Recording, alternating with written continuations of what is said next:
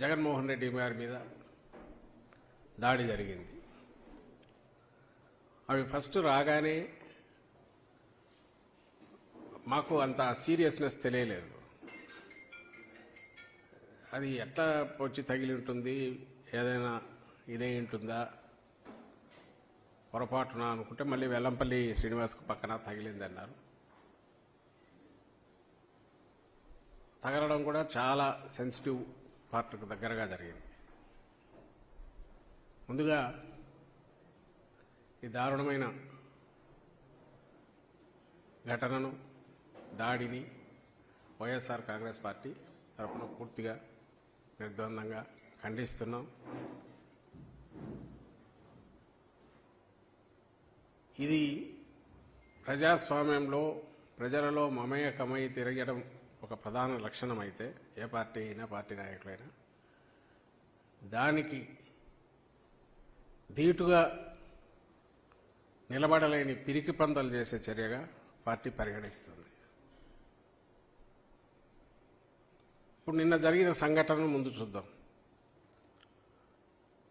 ఆ ఫోటోలు ఒక్కసారి పెట్టాలి.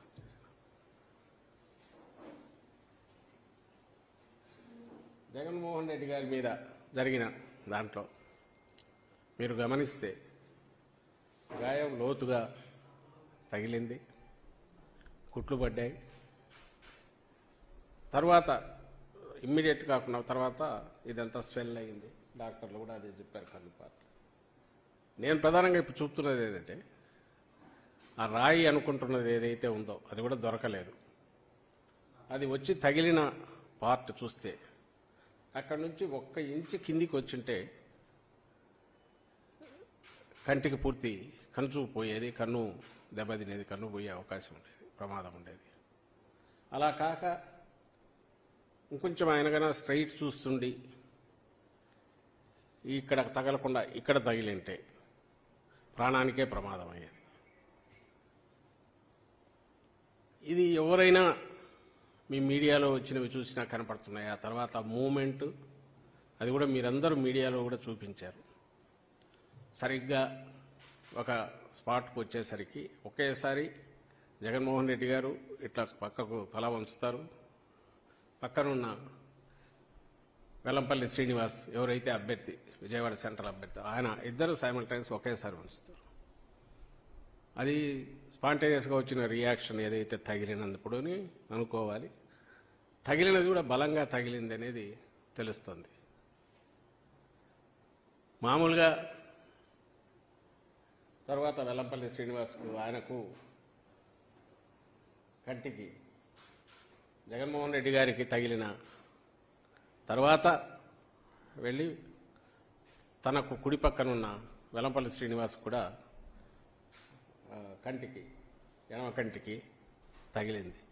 ఆయన కన్ను మీద తగలడంతో ఈరోజు కూడా మెడికల్ చెకప్ చేశారు.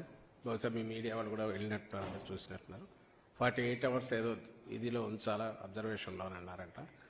చిన్న స్క్రాచెస్ ఏవో పడినాయి కనుగుడ్డుకొని అంటున్నారు, నా డాక్టర్లు అన్నారని చెప్పారు. నేను ఇంతగా ఎందుకు ఎక్స్ప్లెయిన్ చేస్తున్నా అంటే సీరియస్నెస్, సంఘటన సీరియస్నెస్, ఆ దుర్ఘటన ఏదైతే జరిగిందో దాని సీరియస్నెస్ చెప్పడానికి చెప్తున్నాను. అదే జగన్మోహన్ రెడ్డి గారికి తగిలిన రాయి తగిలి పక్కన ఉన్న వ్యక్తికి అంతే ఫోర్స్గా వెళ్ళి తగిలింది అంటే ఇక్కడ ఎంత ఫోర్స్ అప్లై ఉండాలి. ఈయన కనుగుడ్డు కూడా ప్రమాదం అయింది, ఇప్పుడు రెటీనాకు ఇదవుతోంది అనేంత ప్రమాదం శ్రీనివాస్ అయితే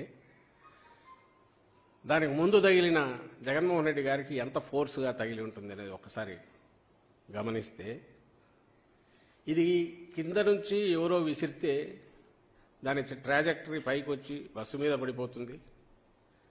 అక్కడికి వచ్చేసరికి ఫోర్స్ ఉండదు. ఇది ఎవరైనా చిన్నపిల్లల్ని అడిగినా చెప్తారు. కొంచెం ఫిజిక్స్ గురించి అవగాహన ఉండని చెప్తారు, లేదా కామన్ సెన్స్తో పల్లెటూరులో చదువురాని వాళ్ళైనా చెప్తారు.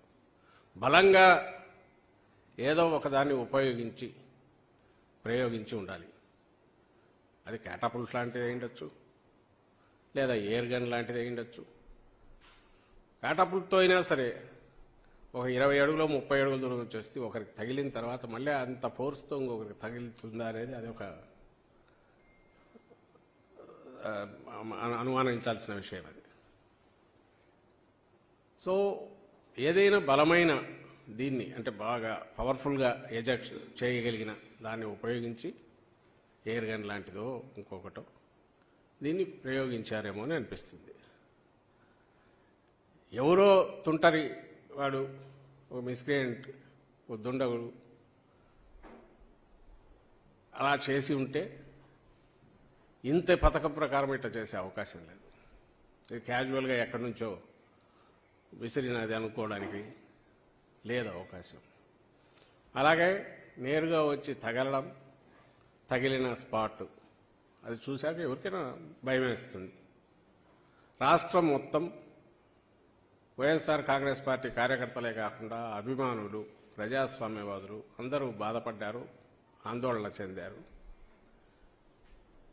రాజకీయ పార్టీలు రాజకీయ విభేదాలకో లేకుంటే పార్టీల అభిప్రాయాలకు అతీతంగా ప్రధాని మోడీ గారితో సహా ఇమీడియట్ రియాక్ట్ అయ్యారు. ఇంకా చాలామంది నాయకులు, తమిళనాడు ముఖ్యమంత్రి గారు, వెస్ట్ బెంగాల్ ముఖ్యమంత్రి గారు అందరూ రియాక్ట్ అయ్యారు, ఖండించారు. తెలంగాణ నుంచి కేటీఆర్ గారు కూడా అనుకుంటా ఇంకా చాలామంది రియాక్ట్ అయినట్టున్నారు, ఖండించారు. ముక్తకంఠంతో దీన్ని ఖండించారు. త్వరగా కోలుకోవాలని కోరారు. చంద్రబాబు నాయుడు గారు కూడా ఖండించారు. ఆయన పనిలో పనిగా ఎవరి మీద బాధ్యుల మీద చర్యలు తీసుకోవాలి కూడా కొంచెం కూడా అడిగినట్టున్నారు. సరే, పొద్దులేసి వాళ్ళ మీడియా చూసాం, అలాగే ఆ నాయకుల ధోరణి చూస్తున్నాం. నాకు అర్థం కాని విషయం ఏంటంటే ఎవరన్నా మన మీద అటెంప్ట్ చేసినప్పుడు వాడు ఎవడై ఉంటాడు, ఎందుకు చేసి ఉంటాడు, వాడిని త్వరగా పట్టుకోవాలి, పట్టుకొని అసలు విషయం బయటికి లాగాలి అనేది ఎవరైనా అడగాలి. వీళ్ళు ఇమ్మీడియట్ రియాక్షను భద్రతా వైఫల్యము, పోలీసులు ఏం చేస్తున్నారు, లేకపోతే కరెంటు ఎందుకు తీశారు, వీళ్ళ నిర్లక్ష్యము, వాళ్ళ నిర్లక్ష్యము, చేతకాంతనము. అంటే ఇక్కడ విలన్ ఎవరు, ఎవడైతే అటాకర్ ఉన్నాడో వాడి మోటివ్స్ ఏంటి, వాడి వెనక ఎవరున్నారు. జగన్మోహన్ రెడ్డి గారి లాంటి నాయకుడి మీద అటాక్ చేయాలనుకోవడం ఎందుకు, దాని వెనక ఎవరైనా ఉన్నారా, ఇవి చూడమనడం బాగానే ఉంటుంది. ఆయన త్వరగా కోలుకోవాలనడం బాగానే ఉంటుంది.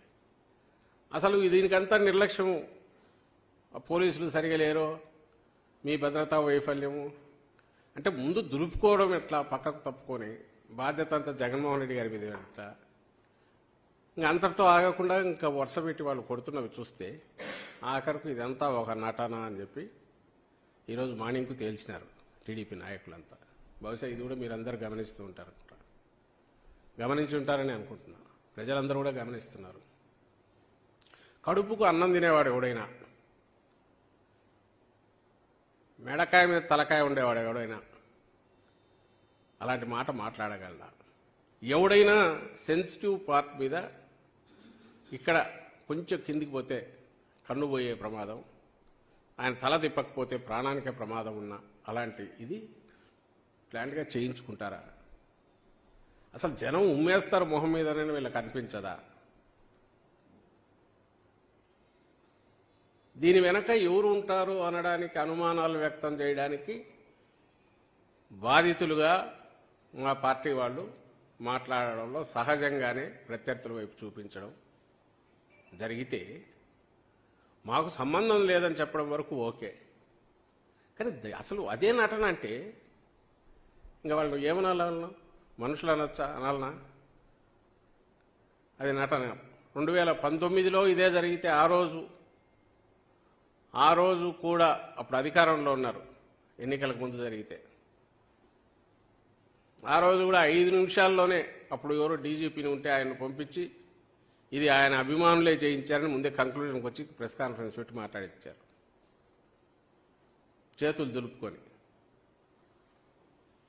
మరి ఆ రోజు అధికారుల వైఫల్యం ఎందుకనలా? ఆ రోజు నువ్వు అధికారంలో ఉన్నావు కదా, జగన్మోహన్ రెడ్డి గారి మీద ఇది జరిగినప్పుడు మా అధికారుల వైఫల్యం ఎందుకనలా? ఆ రోజు 5 నిమిషాల్లో అదే అధికారులతో, జగన్మోహన్ రెడ్డి గారి అభిమానులతో ఎవరితో చేయించుకున్నాడు అని ఆ రోజు అన్నారు. అది ఇంక ఇప్పుడు ఎంత ఎగతాళి అయిపోయిందంటే ఆ కోడికత్తి సీను కోడికత్తి అనేది అది ఒక ఎగతాళి అయిపోయి ఇప్పుడు దాని సెకండ్ 2.0 వర్షన్ అని ఎగతాళి చేస్తున్నారు.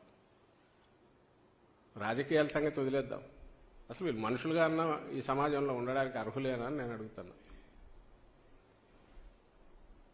ఎందుకు చూపిస్తున్నాం అంతగా అంటే మళ్ళీ అడుగుతున్నాం, ఎవరైనా నటించాలనుకునేది ఆ లక్షణాలు ఉండేది వాళ్ళకున్నాయి, దట్స్ ఎ డిఫరెంట్ ఇష్యూ, దాని జోలికి నేను పోదలుచుకోవాలా. నటించడము, ఆయన నిన్న మొన్న చూసినా ఎక్కడో అది వేసి చూపించాలి నటన అంటే ఎటువంటి చంద్రబాబుది అంటే. ఆ మధ్య మీకు గుర్తుంటే ఎక్కడ అప్పుడు అమరావతి తిరుగుతున్నప్పుడు లేదా దేనికో పార్లమెంట్ దగ్గర పోయి వంగి ఫోటో కోసం పోజులు ఇచ్చాడు. మొన్న ఎప్పుడో